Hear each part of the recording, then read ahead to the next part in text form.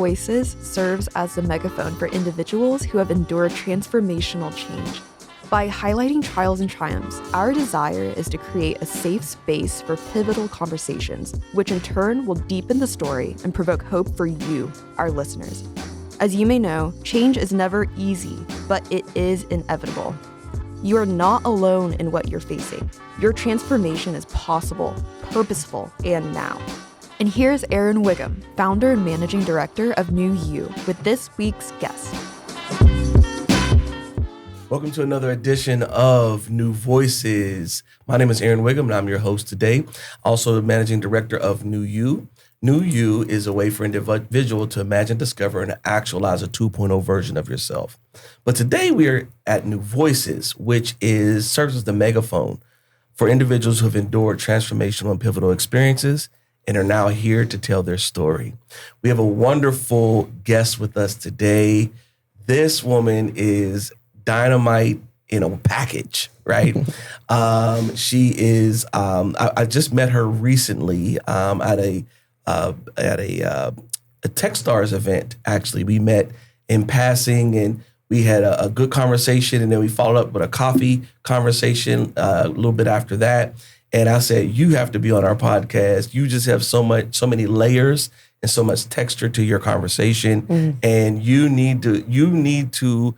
Our audience needs to hear your voice. So I have a treat for you today. This wonderful Kansas Jayhawk, Rock Chalk, who's about to come and sprinkle some dust on us. Y'all ready for this? I present to you this thought leader, this vision advisor, this wellness facilitator, this coach, mentor, strategist, this overall well-rounded human being, none other than Shenna Jean. Welcome, Sheena. Thank you. I'm so honored to be here. I really appreciate and I'm grateful for the invitation to come sit down and just chop it up with you and share this space. So thank you for having me. Cool. Absolutely. Absolutely. It's our pleasure that you're here. We start every conversation with, what is the Shenna Jean story? Well, that is a great question. This is honestly, it's an edge for me to be on this side of the you have your own podcast. Yeah. And so I'm already sweating. Right. And oh, my story? Oh, okay.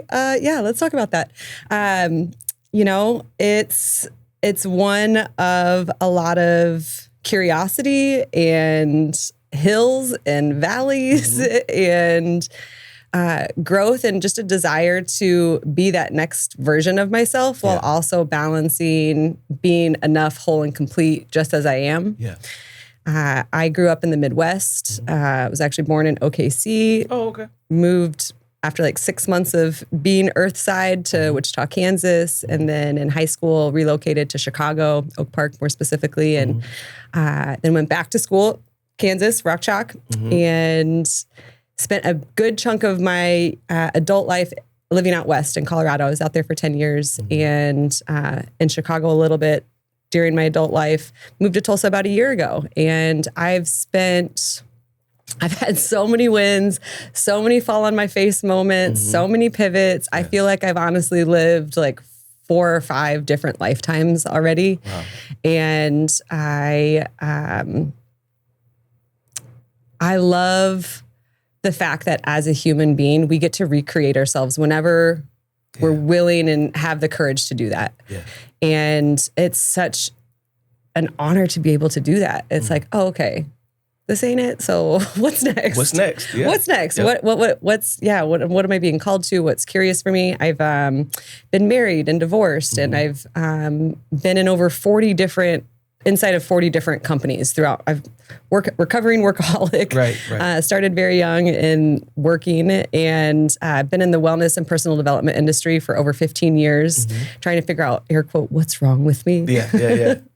And turns out nothing and everything, because I'm a human. Right. And I'm finally at a point in my life where everything kind of makes sense in hindsight, and it's all kind of coming together in a way that allows me to use my gifts in a way that serves humanity and allows me to be in my zone of genius and support other people in making their one day happen. It's the name of my company. My podcast is Make One Day Happen. I know I personally have always we've got, one day I'm going to do this and one day I'm going to do that. And I hear that so often from people. One day I'll start taking my wellness seriously, or one day we'll start focusing on people development or company. It's like, what would happen if we had, I don't even know what the percentage to like get to a crucial tipping point in humanity would be. Yeah. Maybe 20, 30%. But like if we had 20 to 30% more people on this planet living in their one day energy of doing the thing that they're actually putting off doing, I think we'd live in a much different world. Yes. And so that's what I do is I do coaching. I've got content and events and workshops. I work with teams and leaders to get things off the ground, to kind of recreate a vision for what they're doing and really get connected back into that and bring it into life and bring it into like, let's do one day now. Okay. let's get you in your one day energy so we can have that sort of vibratory effect on the planet and our fellow brothers and sisters. Because that's, in my opinion, how we kind of lift the tides of all the boats that we're out here floating around with and bumping into. So, that's feeling like a complete answer and story for this moment, but happy to dive in further as you see fit. Absolutely. We're going to jump into the career of I want to first start with, you said you feel like you lived several lifetimes. I want to go back to that first one, right? What was it like growing up Midwest? What were some of the values and tenets that kind of anchored who you are and were foundational for, it kind of shaped you to be the person you are today? Sports and Jesus. Okay, all right. That's what I was brought up on in the Midwest. What sports? I played a lot of different sports. I played mostly soccer in high school. I played basketball for a little while, but let my sister have that one. Okay. And I did dance and started a lacrosse team in high school. Played lacrosse in college. And as an adult, I love, you only want to see me on your team on a kickball field. Okay. I'm just telling you now. No way. Yeah. All right, cool. So draft me on your squad. Okay. You don't want to go against me. Right. Flag football. Like I love movement, being in my body. My dad was a 3-sport athlete. And it was just very much ingrained in us, sports as a way of life and way to understand yourself, way to learn how to be in relationship with others, how to be on a team, and how to also like really understand your strengths and what you're bringing to the squad, and how to take losing in a good way, but also always striving for excellence and goal setting, all of that. So sports has been a huge influence on my life. I went to school for sports journalism at KU, and like I literally chose my college based on which team had the best odds of winning a national championship while I was there. Wow. Did they win while you were there? No, 2 years after. But man, I was there when Roy Williams left and we transitioned into Bill Self, and I thought that I was dying. I was like, no, not Roy. And now I'm like, Roy who? Roy who? Right. Love you, Roy. Right. Still.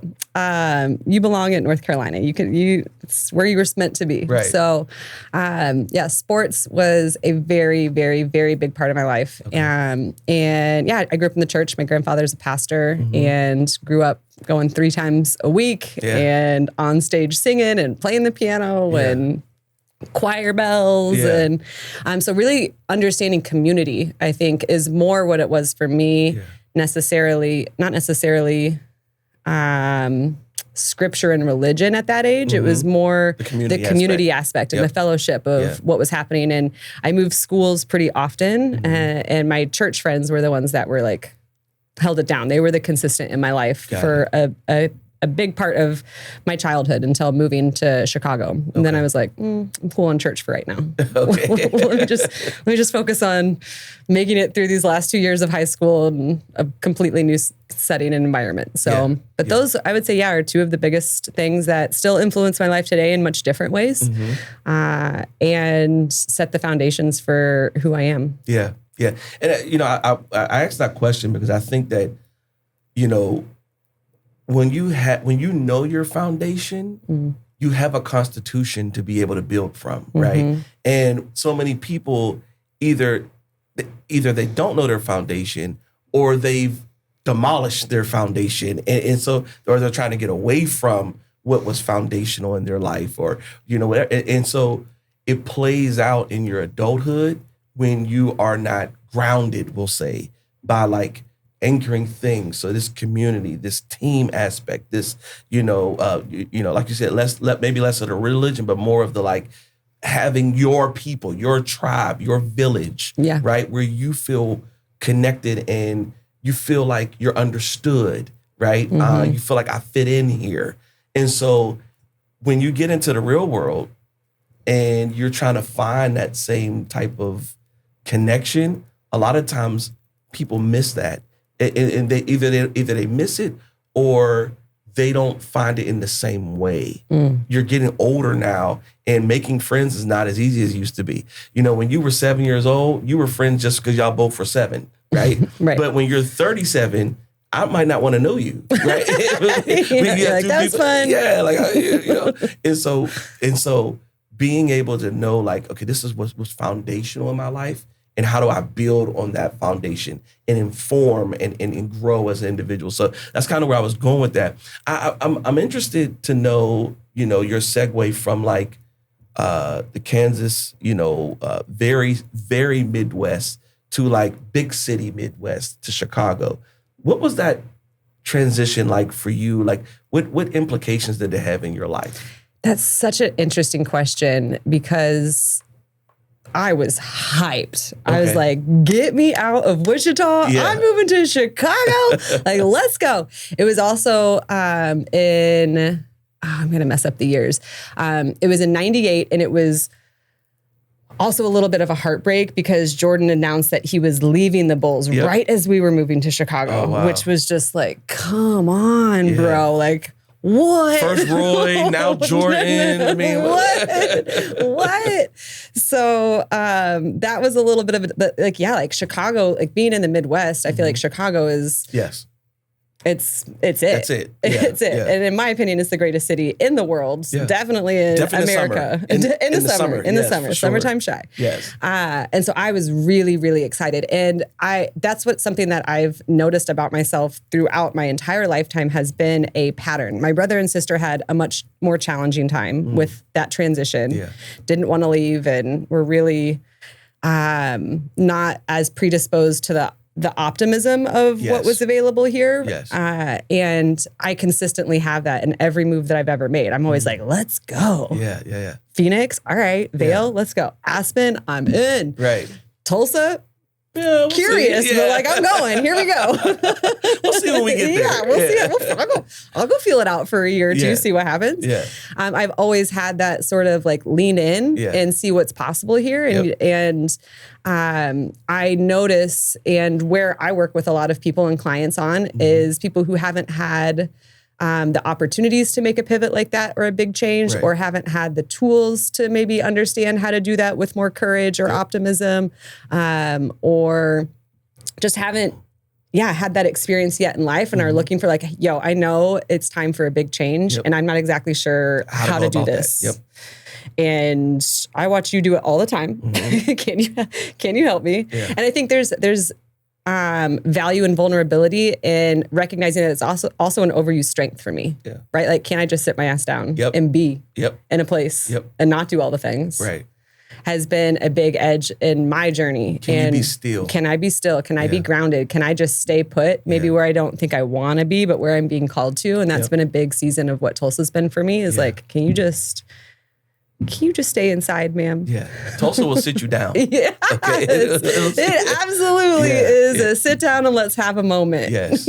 Yeah, that's a good t-shirt. Tulsa will sit you down. Yes. Yeah, I love it. Let's go ahead and make some money on that. Okay. I got you. Yeah.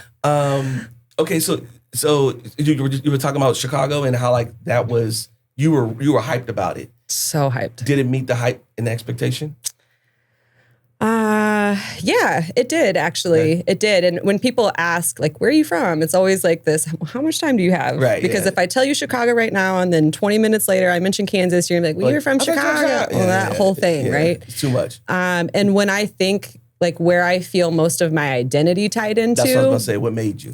Chicago. Chicago. Yeah. Okay. And like my group of high school friends from Chicago, like Oak Park is still one of the most incredible communities that I have ever had the privilege to call home. And like just the true melting pot that Oak Park is just, oh man, I've yet to encounter someplace else on earth like it. And to have some of my deepest, closest friendships still there and raising their families there and getting to go back and only during the summertime Okay. and Yes. be with them and their kids and in this place that we grew up. It's really, really special. Okay. And I can't say that I have those roots still in Wichita or OKC, right? So, and it's, this is a surface level thing to say, but it just sounds way cooler to say I'm from Chicago.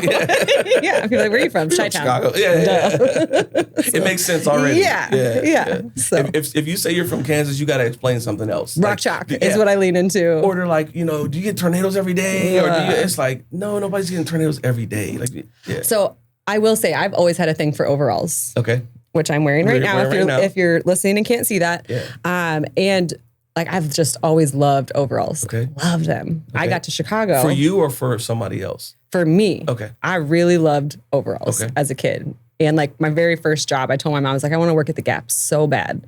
They have these corduroy overalls in there that I want to be able to buy with my paycheck and like wear these fly ass corduroy overalls. Yeah. She was like, okay, go ahead. You did it. I did it. Okay. And I get to Chicago and I get into class. This is like first, second week of school. I'm rocking my overalls and some jerk in science class is like, what's that? Your school uniform in Kansas? And like the whole class starts laughing at me and pointing at me in my overalls. And like, I swore off overalls. Like all of them went into the trash. I was done. And it wasn't until like 3 years ago that I bought this pair of overalls and like took back my overalls. That's right.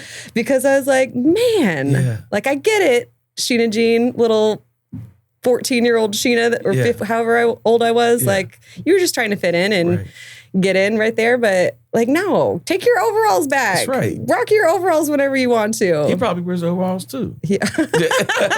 Matt Dresden, if you're listening, yes, I remember that name. I know, see? I hope you finally found a pair of overalls in your life that make you just as happy as mine make me. Right. Yeah. So there's definitely some, like one of my best friends was very, very high school catty hateful at the beginning.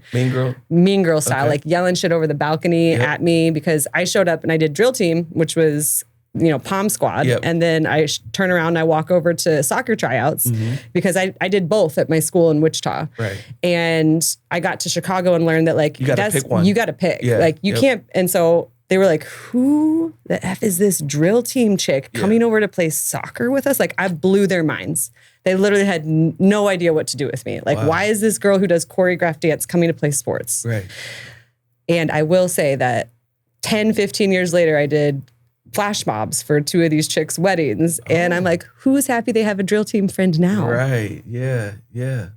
So it's interesting how it all comes back around, but they were very like not into it at first. And then it was a snot rocket on the ground. They like kicked a ball at me and I'd just blown a snot rocket and I kicked it back and it hit her hand and pulled it off. And she was like, oh, we're going to be best friends. And we've been besties ever since. Wow. That's crazy. Okay. Yeah. Right. So there's definitely like some of those high school transition moments for sure. Yeah. And I think what I learned in that and continue to display is like, keep going. Like you are going to find the people that are meant to be. And sometimes the people that don't seem like the right fit right at first actually turn out to be some of the best people that you'll have in your life. Yeah. You just never know. Just keep showing up as you and the rest is going to take care of itself. Yeah. Let's talk about your time in Colorado. You speak about that quite often, even in our last, our meeting together.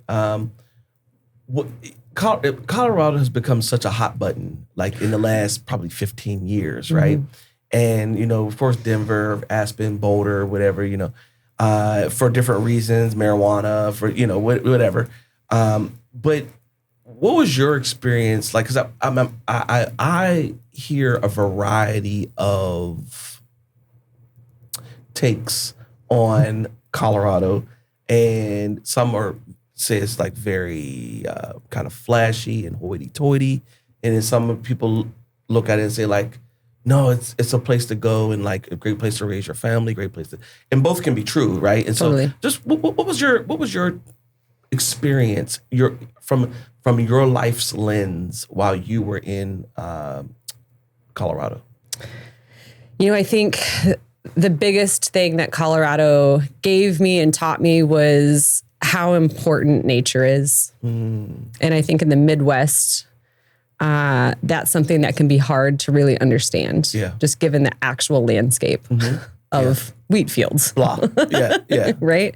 It's kind of like, all right, well, what do we do with this besides cow tip? Right. Or go mud in? And so that's what I really got from Colorado was how to find God in nature, how to find myself in nature, how healing nature is, and like the depth of connection to my soul that exists there. Being able to, I learned how to snowboard when I was like 27, 28, and the world of that sport that got unlocked to me, and like really just the world of extreme sports in general, pivoting from, it was interesting when I was living in Vail and Aspen, like my sports fanhood like took a complete nosedive because they're such transient towns that I was sitting at a bar by myself in my Blackhawks sweater watching them playing a Stanley Cup game with no one else around. I'm like, well, this isn't nearly as fun if it's not the community and the fellowship around the team that you're coming together for. I'm like, yeah, I mean, I guess hockey's cool and all, but like not that cool. I'm gonna sit here by myself, like while everybody's outside hiking or biking or camping or whatever. Let me get out there and go do that instead. So I really found a new kind of sport that really was involved with nature. And, it was really hard for me to see this for a long time. I grew up in very diverse neighborhoods, and I didn't, my own whiteness, being a white-bodied person, really kept me from seeing how non-diverse Colorado was for a while until I was like, oh, that's like, oh, wow. Like, this is actually, this is interesting to be on this like level of awareness and seeing this in a way that being able to speak into things for people that aren't represented in communities and spaces and places and everybody else looking at you like you're crazy. I'm like, no, I'm pretty sure this isn't normal. This isn't normal. This wouldn't fly with a lot of my other friends and other places, but like, okay. And not having the language back then to really be able to put to that. So there's, I think that's like a flavor and a tone of Colorado is that it's homogenous in a lot of ways that, when I think about where America's at and the opportunity that we have to heal as a nation and doing that as a part of healing as a species, I think we need a lot more spaces that feel safe for anybody and everybody to show up in. And I think that, I don't think it's intentional by Colorado, but I think that extreme sports can be inaccessible for many different reasons. Capability, money, exactly. The money to be able to do it. There's a lot of barriers to entry in Colorado that, again, not intentional, but just part of that blindness that comes along with being in a white body that was like, oh, can we think of some ways to like open this up a little bit? Oh, wait, you don't see that it needs to be opened up? Oh, okay. Okay, what do we do here then? So it gave me a lot. I'm so grateful. I'm actually going back in next week, and I'll be there for 10 days and just really, really grateful at the people and places that I have in Denver and Boulder and Vail and Aspen, all the places that I've lived to be able to like tap in and go back and have those experiences and be with those humans, and have it as a place that I'll always visit and love dearly and have called home, but probably won't be home again for me. Yep. And I recommend like everybody get out there, go see nature, as nature is like really like it's one of the most incredible places and spaces. And I think Colorado is doing better at recognizing, okay, how do we open this up, make this more accessible, make this more available, make this more inclusive. So yeah, that's kind of my take on Colorado. And so would you say it was catalytic in leading you into the work you're doing now? Definitely. Okay, let's talk about that. Yeah. How did it kind of open this portal for like this wellness, this all of the things that you're doing now, even with the sound therapy and I'm going to say the wrong thing, so I'm watching my words. Oh, please, no, bring it. Yeah. No need to censor yourself. I started working with Lululemon in 2010, 2011, somewhere right in there. Yep. And I was running some stores in Chicago. They relocated me out to Vail, Colorado to help turn this, what was a showroom at the time, into a store. And so, yes, it was a retail job, but it was not at all, not a traditional retail job. It was a community building job. It's like figure out how to build relationships with the most influential athletes and wellness people in this community that will in turn create a store that has a thriving community around it and can support the sales. So here you are with community again, one of your founding. Exactly. Yep, I got it. Exactly. And they're like, here's a budget, go figure out. Yeah. And everything in mountain towns from a retail operations and logistics perspective is just turned on its head. And they hadn't had someone who had been inside the company in a different market before. They had hired people just to run the showroom. Right. And not with retail background. So they couldn't see some of the things that I was bringing in and could see that we need to like, oh, okay, if we move the pieces like this and then we do it like this. And so within less than a year, we flipped the thing into a full store. Nice. And we built, some of the most incredible humans of my life. The ambassadors that I got to bring onto that team, like the first woman who summited Everest from both sides was one of my ambassadors. No and way. The men's captain of the whitewater rafting team. And just like some incredible humans out there doing cool stuff, right? And yeah, a lot of activation on big fronts as far as like the US Burton Open and the Wanderlust Yoga Festival. And I was really just given free reign, big budgets, and like, make it happen. Make it happen. And learned so much about building community, about leadership, leading teams, about wellness activations and ways to introduce people to things like yoga, when at the time it was like still taboo. Very like, what are you doing? Why are we doing yoga outside right now? Right. Yeah. Why on a roof? Exactly. Yeah. So it's been, it was this, and Lululemon was the first company that allowed me to be kind of my whole self in. Like, oh, we can talk about the goal setting and the books that I'm reading. Oh, there's a core library that you want me to read so we can talk about it and it's going to inform the culture of our company. Like what? Like, it really scratched the itch of like my personal development side of self that was always alive and functioning very well. And feeling like in so many companies, it's two separate things. Your personal development and your professional development are separate. Yep. When we center wellness in companies and people's development in them, you get so much more buy-in from the employees when they feel like you actually care about them as humans and that you're willing to invest in their development, that you care about what their goals are for their life outside of their job. And so leaving that company was a whole pivot and recognizing, oh, I can help other companies bake this into their culture. And so that's really when I departed from corporate life. Got it. And dove into the world of startups, entrepreneurship. And it's because in my mind, I was like, well, bake this in from the start. That's going to be the easiest way to do it. To retrofit. Grow with it. Retrofitting culture is challenging. Tough. Yes. Very, very challenging. And I probably overestimated how excited other people were going to be to do this inside of their company. So I spent a lot of time helping other people make their one day happen, jumping inside their company, wearing whatever hat I needed to help them get something off the ground. I opened multiple social clubs, a wellness-based social club,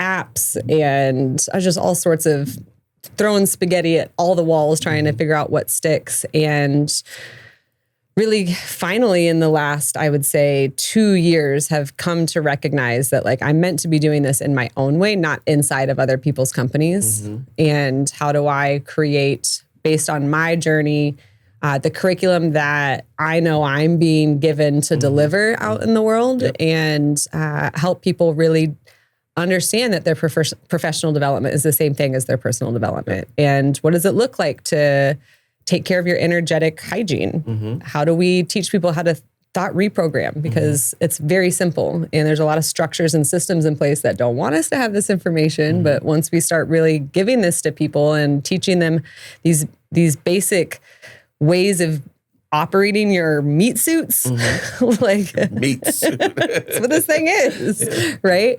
Then we can start to shift the tides. I really can see and know that my mission, my assignment in this lifetime is to help raise the collective consciousness and like the vibration of where we're at as humanity.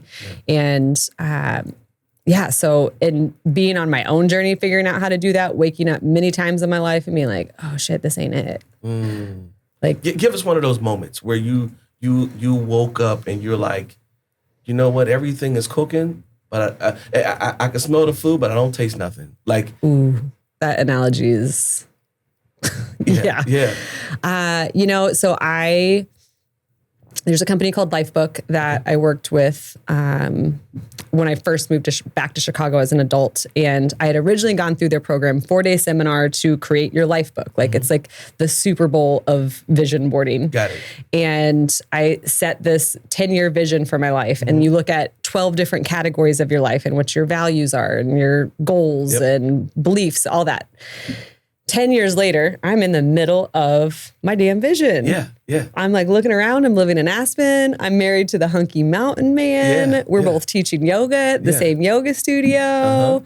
I'm just leaving to start my own company, my consulting company that I saw in my 10-year vision. And I'm like, this is not it. Yeah. Like, what do I do? This whole vision that I thought, like vision and goals works. And that was like the bread and butter of a lot of my coaching and leadership style and curriculum from Lululemon that I delivered on a daily basis with my team members. I'm like, this works, but what happens when you get into the middle of the vision that you thought you wanted not fulfilling. And it's not it? Yeah. The food does it. Like, who forgot the seasoning? Yeah. That was in 2019 and started blowing up my life. And in a good way, but people were like, what? You're going to leave Aspen? I remember walking into the yoga studio that we taught at with my husband. We had just gotten into a massive fight. We're walking into the studio, putting our fucking faces on. And she was such a sweetheart. I'm sure she still is. But the front desk girl was like, oh my God, it's Aspen's It Couple. And I was right. I can't do this anymore. Wow. I can't put up this front like that. And like, it was heartbreaking because Aspen is such a cool place and people like, even as glitzy and glamorous and like, I couldn't do it anymore. I couldn't pretend that this was actually like, I knew deep down in my soul that this was not it.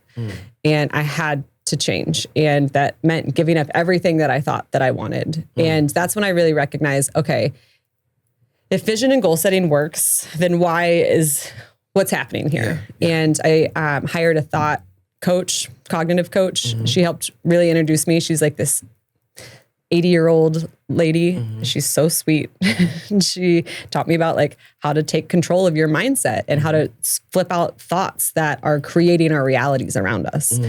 And she's been my mentor and giving me my blessing and how to teach that to others. And that was a big, big part of, okay, vision and goals works, thought reprogramming works. Then fast forward to the wellness-based social club, dream job, dream gig. Best friend's like, hey, move to Phoenix. And again, give you free reign, create a community and base it in wellness and socializing. Get after it.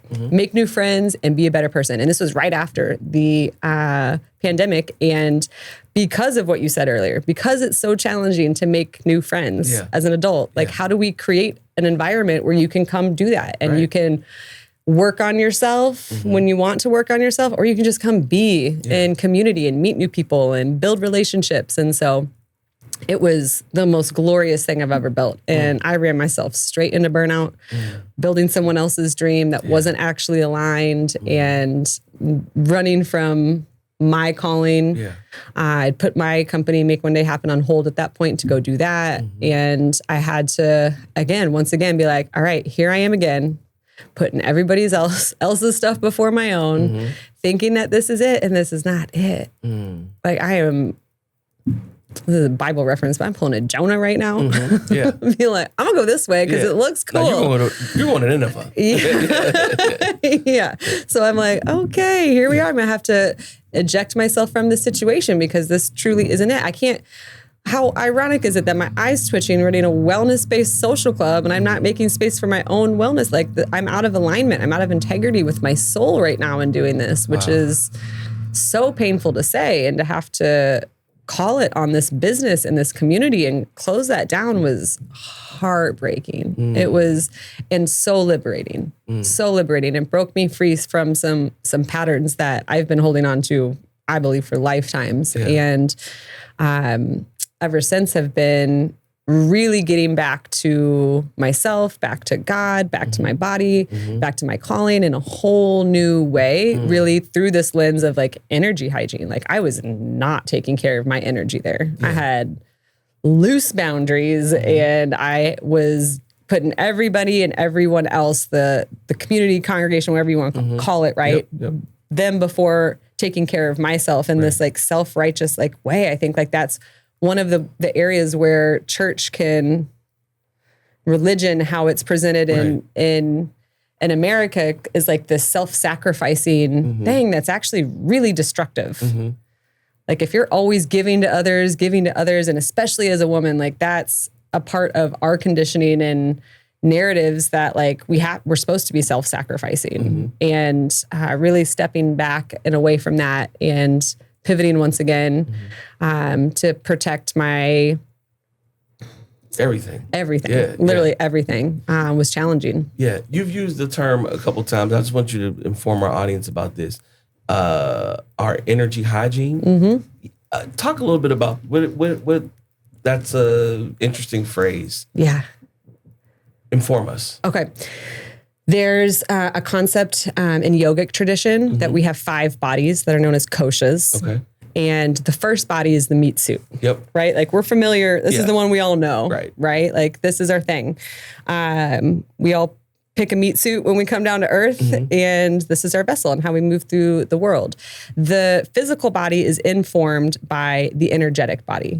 And so in many different traditions, whether it's prana and yoga, life force energy, chi, now we're really, I think, how Westerners are choosing to see it and look at it through is the nervous system.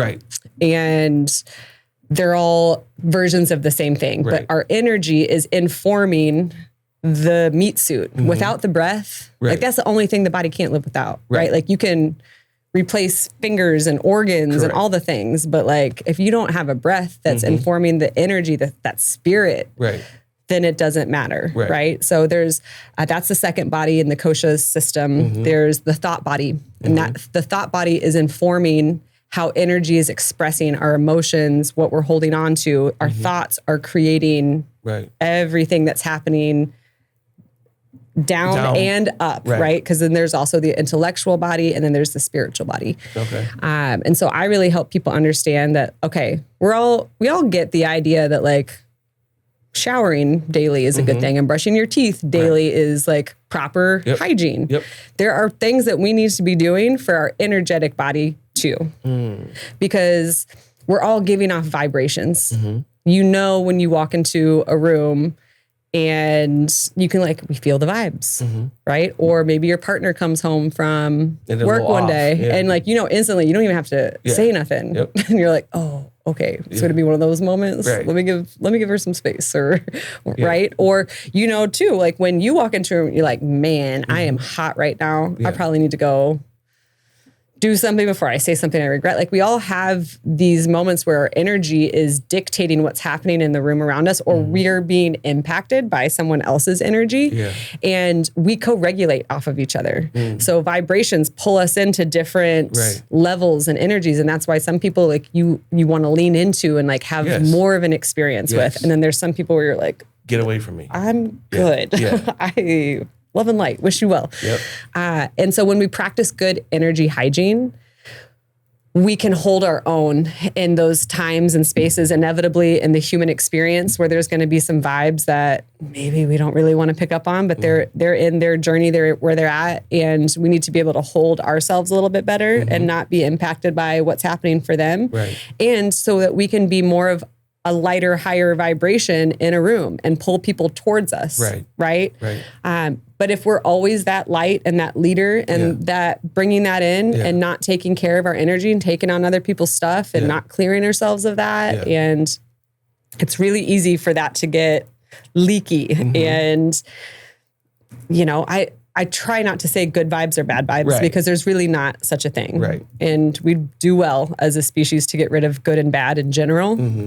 So high and low vibes is kind of really where I equate it to. But yeah, there's so many basic things, basic free things like gratitude and meditating and journaling and cold showers and stretching and twerking and all of these things that help us on a cognitive level in our mind and then on a somatic level in our body. Because our body is holding on to all of the trauma, all of the emotion that we never processed, all of the energy that's been stuck inside there because our society is designed to keep us in these places. Society is working out really well for a small minority of people. And they want it to stay that way. And they do that by controlling our thoughts and keeping us disconnected from our bodies. Right? So that's how this thing works. I love being able to actually like say this because like saying this on social media, like it's interesting to watch the censorship and what's happening on different platforms. And it's like, they would rather us not really know how to take control of our mind space and get agency in our thought processes and understand that like the more that we take care of our energy and our thoughts, the more control that we take back. Give us a strategy or a, you know, what is one simple way that someone can cleanse their or have energy hygiene? Like they can go about doing it. What's something that you would give? And this is a teaser even for make one day happen, right? What's something you would tell someone to do? And can you explain a little bit too about the vibration bowls and, you know? You teed me up too well, sir. Okay, go. Yeah. Yeah, sound is such a powerful tool for healing and cleansing our energetic body. Everything is a sound wave, which is really crazy. But like when we start breaking things down on a molecular structural level, everything is energy, which is a wave. And when you start to get really conscious about the sounds that we're ingesting, we can use that to cleanse the body. So one of the things that I do and offer here in Tulsa regularly, I've got a lot of virtual versions of, are sound journeys where I pair a sound bath with guided visualization. And so a sound bath, I literally tell people it's an energetic massage because what's happening is the bowls are tuned to a 432 hertz. They're these crystal singing bowls and you just lay there and the practice is receiving, which a lot of us can be really challenged with just sitting and receiving. And they want us to stay busy. They want us to stay distracted. They want us to stay hustling and grinding all the time. When we stop and slow down and start to listen inwardly, that's when they're in trouble and they know that. So inviting people to do that, whether it's in community and like come down to the Blueprint once a month and just sit and rest and let these sound waves wash through your body, and they are going to be pushing out old frequencies, toxins, emotions. You might giggle, you might fart, you might cry, the body reacts in different ways, but finding ways to, like, that's one of my favorite, what I find is like the most accessible and like, yes, it sounds a little cuckoo or woo-woo. And it's easier than starting a meditation practice. that's a challenging thing to do, right? It's easier than a cold shower. Yes. And so, yeah, like just to come rest and listen to some sound that's intentional is a simple way. Like I have a 10-minute track. The breath is also, I would say the other, like sound and breath are so profoundly simple and powerful. So like even just doing a couple rounds of breathing can clear your energetic body. And so I have a 10-minute audio track. It's free. I'll definitely give it to y'all to put it in the show notes or whatever. That takes people through some specific breathing exercises to engage their nervous system, use their vagus nerve to like pump the brakes, slow some things down. The bowls are in there, and it just helps you relax for like 10 minutes in your day. Because I get that like going to a sound bath for an hour also can feel, we can come up with a million reasons why we can't do that. Right. So I'm trying to figure out how to made an app with all of these recordings. So if you can't come find me on this Saturday down in Greenwood, like come listen to it at home, like whenever you have the time to do it. Just start being intentional with sound that you're listening to, using your breath in moments of stress, and just reminding yourself that like, man, a breath really will change so much. Like it'll give you a pause and an opportunity to find a different perspective that when we're just going. Clarity. Yep. So breath and sound are my go-to start there. Yeah. It's amazing because as you're talking, what came to my mind was in the beginning, right? And you get a spoken word, right? And you get breath. Yep. That's it. Yep. Nothing's created. Nothing is manufactured. You get let there be, right? And then you get a breath. Yep. Right? And man becomes this living existence. And we are a continuation of that one breath. 100%. That has happened. That 100%. Happened in the beginning of time, right? And so that's what's going through my mind when you said sound like, sound doesn't stop. Science tells us that sound doesn't stop, and neither does that breath. Exactly. Right? We're going to get off track. But that's but I really love, I know we're paying attention to time, and what I think is really important, and where so much of, I have another podcast idea called That's Frowned Upon, because there's so many things from my childhood in the church that was frowned upon that I went off and now do. It's like, oh, yoga, that's frowned upon. Meditation, that's frowned upon. I'm like, I'm sorry, but when are we supposed to be still and know that he is God if we're not just sitting and listening? Like that's meditation, in my opinion, and breath work. And there's so much of what I teach that I can stand on biblically. And I'm really grateful for that upbringing and helping Christians see that you can find God in so many more ways than just church. I think we've been sold that as the access point, and that puts something in between us and God. Correct. Another barrier. And that's not how God is intended to be in relationship with us. It's not through the church. The church is an access point, and that's where the fellowship, and we can find community in it. But I think in my experience, the church has positioned itself like as the gatekeeper to God. And tunnel. That's not it. That ain't it either.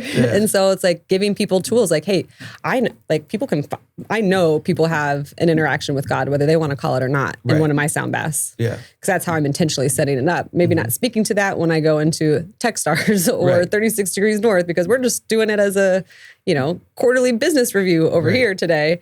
And that's when we get quiet and we listen from a different space, when we clear out the egoic mind and allow something deeper to listen. Like that's what's ministering to us. That's what's revealing the visions that it wants us to one day bring into effect. And so I love that you mentioned that. Thank you for mentioning that and making that connection for people, because it's, God's everywhere. Yeah, I love this.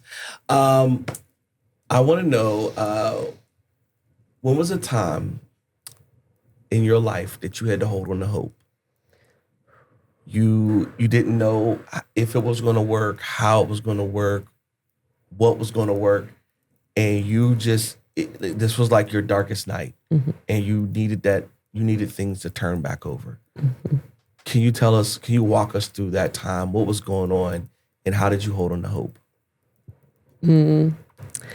Yeah, it was probably with my divorce and kind of walking away from the entire life that I thought that I wanted. Yeah. And not having a clue what I was going to do. Mm-hmm. And we were conveniently 2 months into a global pandemic. Mm.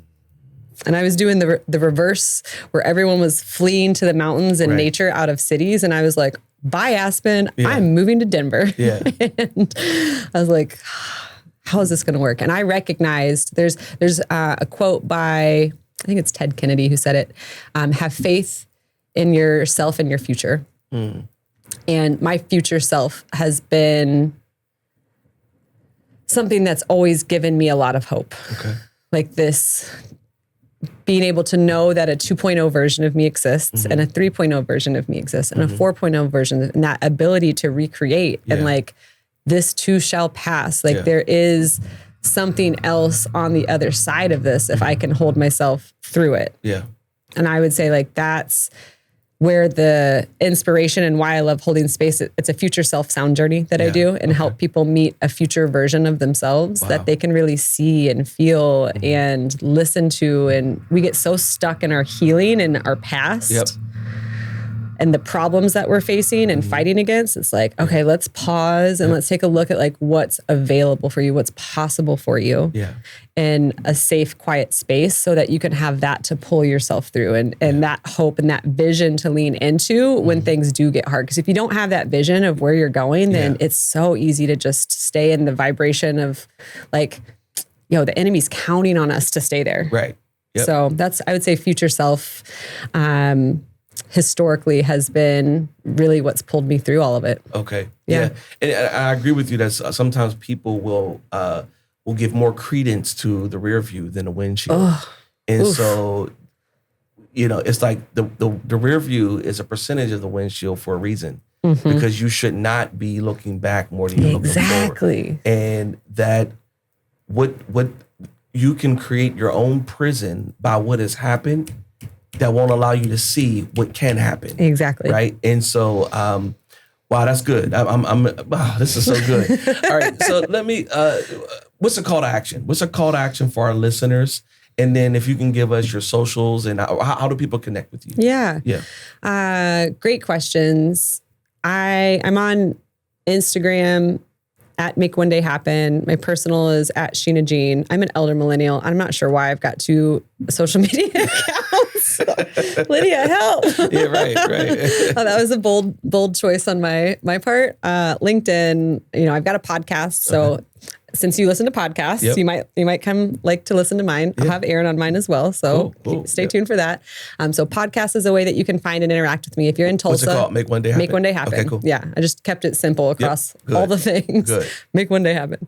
I do host a monthly live sound journey down in Greenwood at the Blueprint Studio, and would love to have you have that experience live. If you want to try it out for yourself first and like get into like see what it's all about before you commit to coming to one live. I've got an app that has a whole sound visualization library.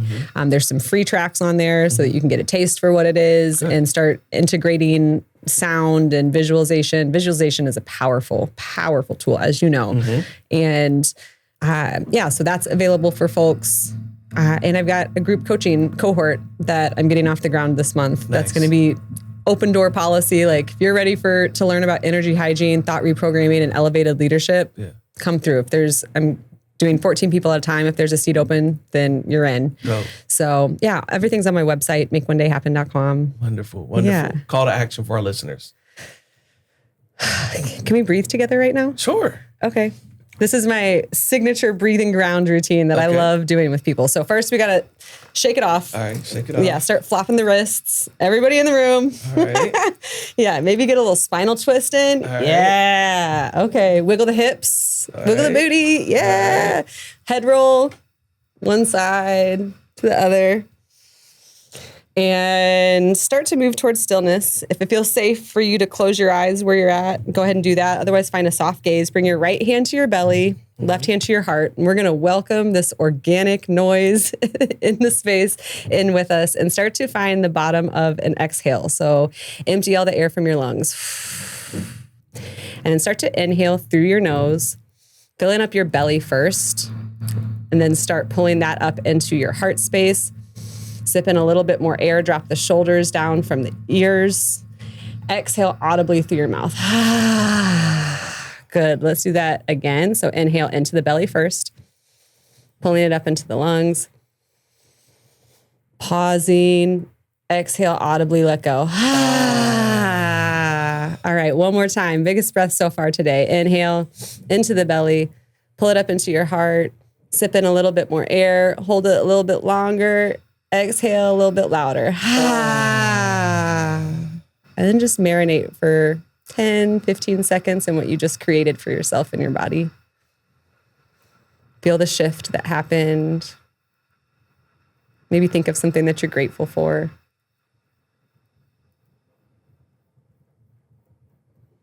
Maybe gift yourself that breathing experience once a day. That's my call to action for folks. Wow. I told you all were in for a treat.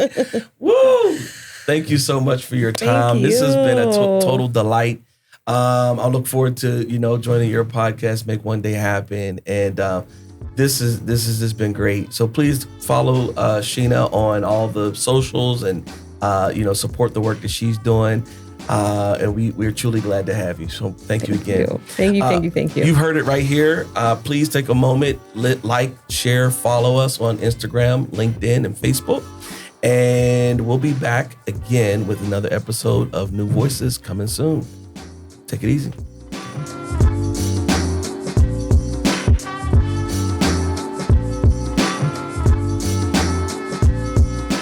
Thank you for listening to this episode of New Voices. Visit our website at www.newuunlimited.com. That is NEWU Unlimited.com. Follow us on social media at New You Unlimited on Instagram, Facebook, and LinkedIn.